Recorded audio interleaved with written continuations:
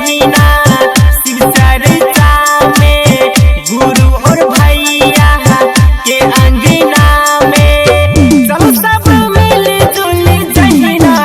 बहिना लागल छै गुरु के धाम गे बहिना लागल छै गुरु के धाम गे बहिना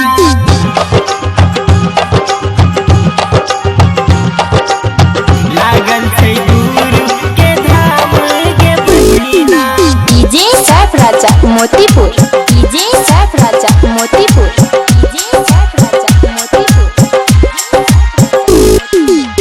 तीनों जलोकी के छिए शिव गुरु बन जाऊ शिव शीश नै मुँह मोरू बन जाऊ शिव शीश नै मुँह मोरू तीनों जलोकी के छिए शिव गुरु बन जाऊ शिव शीश नै मुँह मोरू हो एकरे की पास चले संसारियो यह दिल छै सबके किस्मत तारियो किया बदल छिया चालू न अहिना लागल छै गुरु के धाम गे बहिना लागल छै गुरु के धाम गे बहिना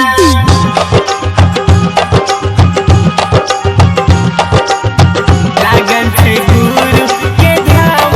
गे बहिना। डीजे सैफ राजा मोतीपुर, डीजे सैफ राजा मोतीपुर, डीजे सैफ राजा मोतीपुर। पहला विधा में विकास दया मांगै छै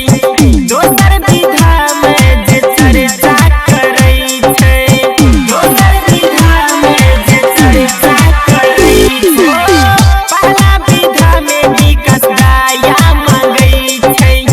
दोसर विधा में जे चर्चा करै छै हो तेसर विधा में नमन से होकारे